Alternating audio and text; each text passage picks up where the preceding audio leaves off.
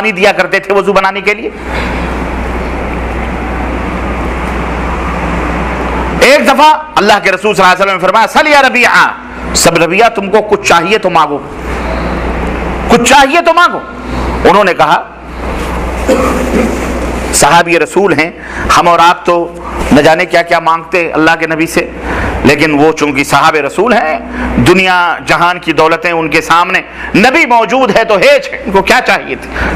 वो तो नबी पर अपनी औलाद तक को कुर्बान कर दिया करते थे, मालो दौलत तो बड़ी दूर की बात रही। औलाद जो सबसे ज्यादा दिल से करीब होती है, जो सबसे ज्यादा अजीज होती है, अल्लाह के नबी के इशारों पर अपनी औलाद को भी कुर्बान कर दिया करते थे। अपनी और औलाद तो फिर भी औलाद, जान से अजीज तो कोई चीज नहीं होती, लेकिन अल्लाह के नबी के इशारों पर अपनी जानों तक को कुर्बान कर दिया करते थे। उन्होंने कहा, अल्लाह के नबी दुनिया में आपकी खिदमत कर रहा हूं, तहज्जुद के वक्त आपको पानी दिया करता हूं, असअलुका मुराफक़तक फिल जन्नह या रसूल अल्लाह, ए अल्लाह के नबी मैं मरने के बाद ये चाहता हूं कि जब जन्नत में जाऊं तो आपकी सोहबत में वहां रहूं। अल्लाह अकबर, वहां भी आपकी सोहबत में रहूं। और आप जानते हैं कि हमारे नबी का मकाम कितना बुलंद है। हमारे नबी का मकाम तमाम नबियों में सबसे बुलंद मकाम, अल्लाह के बाद जो सबसे आला मकाम है वो किसका है? खातमुन नबिय्यीन, आखिरी नबी हजरत मोहम्मदुर रसूलुल्लाह सल्लल्लाहु अलैहि वसल्लम, सैयदुल अंबिया हैं वो, सैयदुल अरब वल अजम हैं वो। भाइयों, कहते हैं बादशाह के साथ खाने वाला बादशाह का खाना खाता है कि नहीं? बादशाह के साथ रहने वाला महलों में रहता है, वो झोपड़पट्टियों में, रोडों पर, सड़कों पे नहीं रहता है। हालांकि भले वो नौकर है, लेकिन रहता कहाँ है?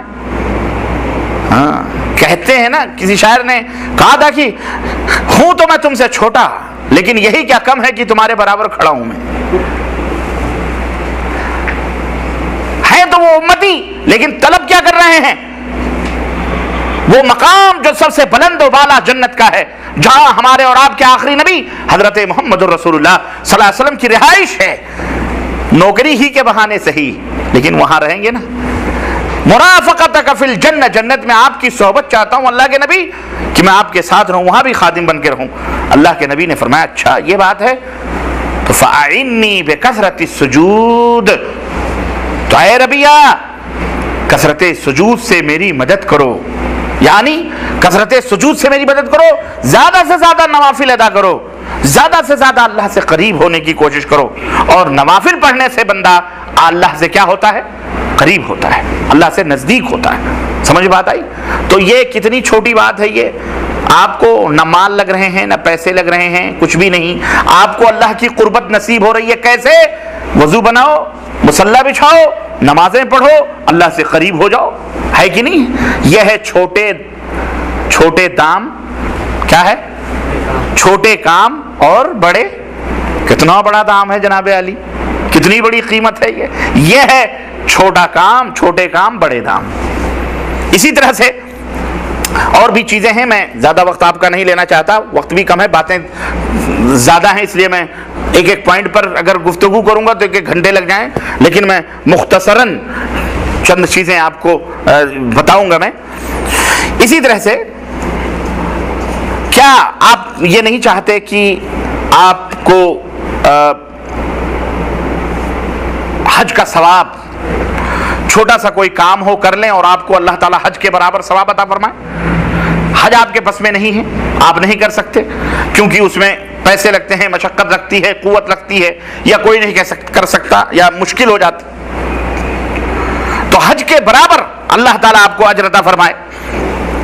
तो अल्लाह के रसूल सल्लल्लाहु अलैहि वसल्लम फरमाते हैं, अल उम्रतु फी रमज़ान तादिलु हज्जतन औ हज्जतम मई, मुत्तफ़क़ुन अलैह। सही बुखारी और सही मुस्लिम की ये रिवायत, अल्लाह के रसूल सल्लल्लाहु अलैहि वसल्लम फरमाते हैं कि जो बंदा रमजानुल मुबारक के अंदर उम्रा करता है, रमजानुल मुबारक के अंदर उम्रा कर ले, अल्लाह उसे एक हज का सवाब अता फरमाता है।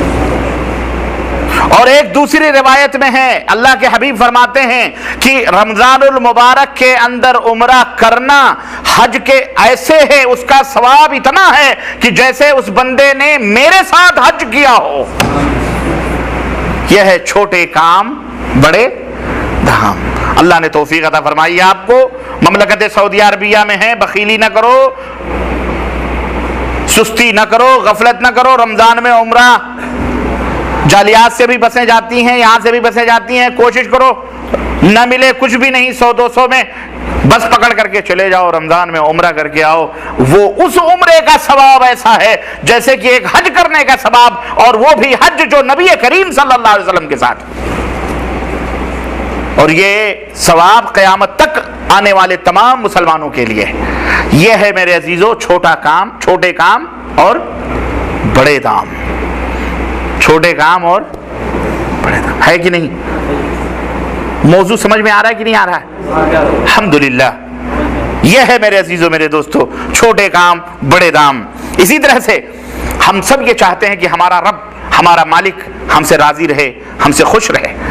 जब वो खुश रहेगा तो पूरी कायनात खुश रहेगी। अल्लाह के रसूल सल्लल्लाहु अलैहि वसल्लम इरशाद फरमाते हैं कि अगर कोई शख्स लोगों को खुश करके, लोगों को खुश करने के लिए अल्लाह को नाखुश करता है, गौर से सुनना, ये सही बुखारी की रिवायत है ये, कि अल्लाह के रसूल सल्लल्लाहु अलैहि वसल्लम फरमाते हैं लोगों को खुश करने के लिए अगर कोई शख्स अल्लाह को नाराज करता है तो अल्लाह तो नाराज होता ही है, अल्लाह अपने बंदों को भी उससे नाराज कर देता है। उसकी उंगलियों के दरमियान, अल्लाह की उंगलियों के दरमियान लोगों के दिल होते हैं। ये बात बड़े गौर से सुनना, कभी डरो नहीं बंदों से, कोई बड़ा हो, अमीर हो, बादशाह हो, डरना नहीं। ये वो बातें हैं जो दिलों को, ईमान को मजबूत बनाती हैं, कवी बनाती हैं, बेखौफ कर देती हैं, अल्लाह से इतना करीब कर देती हैं कि बड़े से बड़े कोई भी आ जाए बंदा डरता नहीं है। लेकिन ईमान जब कमजोर होता है तो बंदा लरस जाता है, जरा जरा सी बातों पर घबरा जाता है। और उसकी घबराहट हम सब जानते हैं कि जरा सा अगर एक बिल्ली भी सामने से गुजर जाती है आदमी कांप जाता है और थैला लेकर के वापस आ जाता है। हाजी साहब बाजार जा रहे थे, हज्जन ने पूछा क्या हुआ, बाजार से लौटा है? कहने लगे हज्जन बाजार तो जा रहा था, सामने से बिल्ली काट गई, कुछ ना कुछ हादसा होने वाला होगा इसलिए मैं लौट के आ गया। यह है ईमान की कमजोरी। इतना ईमान कमजोर हो जाता है बंदे का कि वो एक बिल्ली से, कव्वे से, एक मामूली आदमी से डर जाता है। मेरे भाइयों, अगर हमारे दिल के अंदर ये ईमान और एतकाद है कि अल्लाह के रहमान की दो उंगलियों के दरमियान बंदों के दिल हैं और अल्लाह जैसे चाहता है उसको फेरता है, तो हम अल्लाह से क्यों ना कहें अल्लाह फलाना बंदा मुझसे नाराज है या फलानी मुसीबत में मैं हूं, अल्लाह उसके दिल को मोड़ दे, मेरे ताल्लुक से उसके दिल के अंदर खुशी डाल दे, मेरे ताल्लुक से उसकी नाराजगी को दूर कर दे, अल्लाह उस शर को मुझसे दूर कर दे। क्यों? है कि नहीं? अल्लाह से कहो, अल्लाह से कहो। अगर डर है तो किससे कहो? बोलो, अल्लाह से कहो। आपका कोई दोस्त है, कोई अजीज है जिसको आप चाहते हैं, आप उससे मिलने के लिए गए, आपने देखा कि उसके दरवाजे पर बड़ा खूंखार कुत्ता बैठा हुआ है, और जैसे ही आप उसके दरवाजे के करीब पहुंचे कुत्ता भूखना शुरू कर दिया, और करीब है कि वो आपके ऊपर झपटा मार दे, जंजीर में बंधा हुआ है, लेकिन आप खौफ और डर से दरवाजे पे नहीं जाएंगे। अब कुत्ता भूख रहा है और आप उससे करीब जाएंगे तो खतरा है कि वो आपके ऊपर हमला भी करे। अगर आप उससे लड़ेंगे तो मुमकिन है कि आप नीचे हो जाएं, आपका पेट फाड़ डाले, कम से कम खराशें लगा दे, कम से कम खून निकाल दे। तो तकलीफ है, चाहे छोटी हो चाहे बड़ी हो। उस वक्त आप क्या करोगे? अपने दोस्त से मिलना छोड़ दोगे या अपने दोस्त का घर छोड़ दोगे? नहीं। अगर वाकई वो दोस्त है और आपको उस कुत्ते से खतरा है तो आपको कुछ नहीं करना है, आप डंडा लेके उसको मारोगे, कुत्ते को मारोगे तो मुमकिन है कि उल्टा आपके ऊपर वो हमला कर दे। नहीं, अगर वो वाकई आप उससे मिलना चाहते हैं तो सबसे आसान तरीका बतलाओ क्या है? आप लोग बतलाओ, आप में से कोई बतलाए। कौन बोला? हाँ, क्या है? से बोले कुत्ता को मारा। जज़ाकल्लाहु खैरल जज़ा।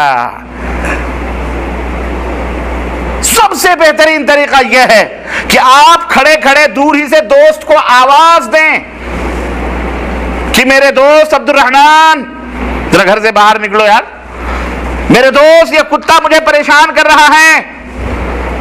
अब दोस्त ने आपकी आवाज सुनी, आपने अपने दोस्त को पुकारा तो दोस्त घर से बाहर निकला। जब दोस्त घर से बाहर निकला तो कुत्ता क्या करेगा? कुत्ता दुम हिलाते हुए उस पैरों को चाटना शुरू कर देगा। बिल्कुल खामोश। आपने एक दोस्त एक आवाज, चुप, खामोश, वो कुत्ता चुपचाप कोने में जाके तुम हिलाता हुआ मुंह खोल करके साइलेंट खामोश बैठ जाएगा कि नहीं बैठ जाएगा? आपने दोस्त को बुला लिया, बात खत्म। बयान ही मेरे भाइयों, हम और आपको नसीहत इस मिसाल से लेनी चाहिए।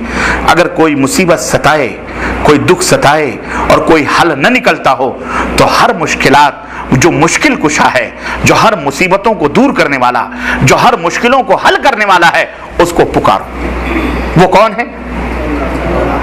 उदऊनी अस्तजिब लकुम।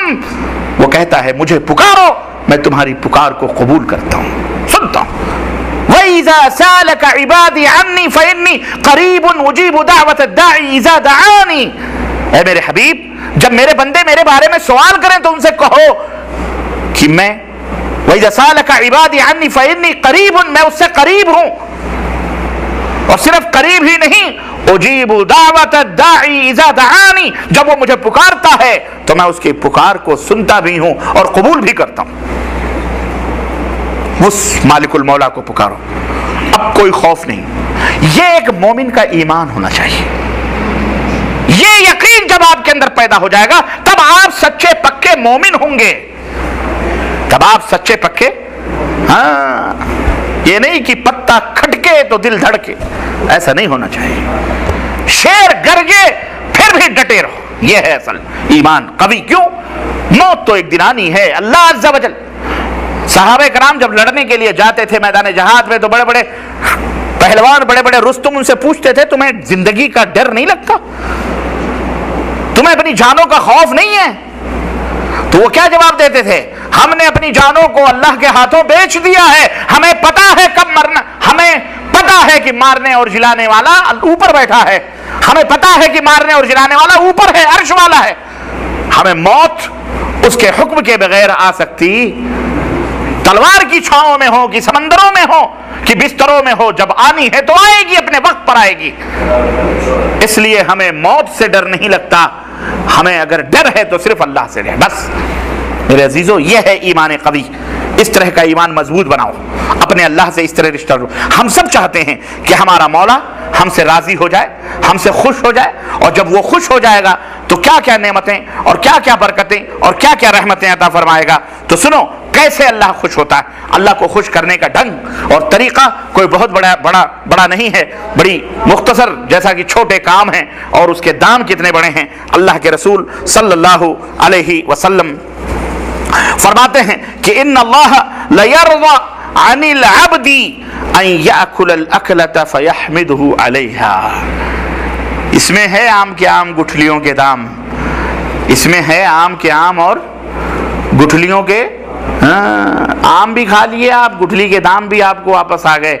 ये देखो अल्लाह के नबी ने फरमाया कि बंदा जब खाना खाकर अल्लाह का शुक्र अदा करता है और कहता है अल्हम्दुलिल्लाह, तो अल्लाह उससे राजी और खुश हो जाता है। पेट भी भर गया और खाना खा के आपने क्या कर लिया? अल्लाह का शुक्र भी अदा कर लिया। इससे बंदे को अल्लाह की रजा और खुशनुदी मिल जाती है। इसलिए कभी भी खाना खाने के बाद खाने की दुआ बोलो नहीं भूलना चाहिए। खाने की क्या दुआ है? खाना खाने के बाद की क्या दुआ है? खाना शुरू करने से पहले की क्या दुआ है? बिस्मिल्लाह। क्या है? बिस्मिल्लाह करके दाहिने हाथ से खाना खाओ। अल्लाह के नबी सल्लल्लाहु अलैहि वसल्लम की सही हदीस बुखारी की कि अल्लाह के नबी 3 उंगलियों से खाना खाते थे। आज तो हम पता नहीं कैसे कैसे सड़बोड़ करके यूं पूरा सड़क मारते हैं। ये तरीका सही नहीं है। ठीक है, मैं नहीं कहता गुनाह है, लेकिन सुन्नत नबवी के खिलाफ है। अल्लाह के नबी किससे खाते थे? 3 उंगलियों से आप सल्लल्लाहु अलैहि वसल्लम खाना खाते थे। ये सुन्नत है। सुन्नत क्या है? 3 उंगलियों से खाना खाए, दाहिने हाथ से खाए और बिस्मिल्लाह करके खाए। बिस्मिल्लाह, बिस्मिल्लाहिर्रहमानिर्रहीम नहीं, बिस्मिल्लाह। क्या? हाँ, बहुत सारे लोग कहते हैं बिस्मिल्लाहिर्रहमानिर्रहीम नहीं, इसलिए कि हर मौके की अलग अलग दुआ है। बिस्मिल्लाहिर्रहमानिर्रहीम किसी और मौके की, ज़बह करने के वक्त बिस्मिल्लाहिर्रहमानिर्रहीम पढ़ते हैं? बोलो, जानवर मुर्गी चिड़िया ज़बह करते वक्त बिस्मिल्लाहिर्रहमानिर्रहीम पढ़ा। उस वक्त की दुआ क्या है? बिस्मिल्लाहि अल्लाह अकबर, बिस्मिल्लाह अल्लाह। ऐसे ही खाने की दुआ अल्लाह के नबी ने क्या सिखलाई है? बिस्मिल्लाह। जब शुरू करो तो अगर भूल गए तो दरमियान में जब याद आए तब बिस्मिल्लाह कर लिया करो। बिस्मिल्लाह अव्वलिही व आखिरी, बिस्मिल्लाह अव्वलिही व आखिरी। और जब खाना खा चुको तो उस वक्त अल्हम्दुलिल्लाह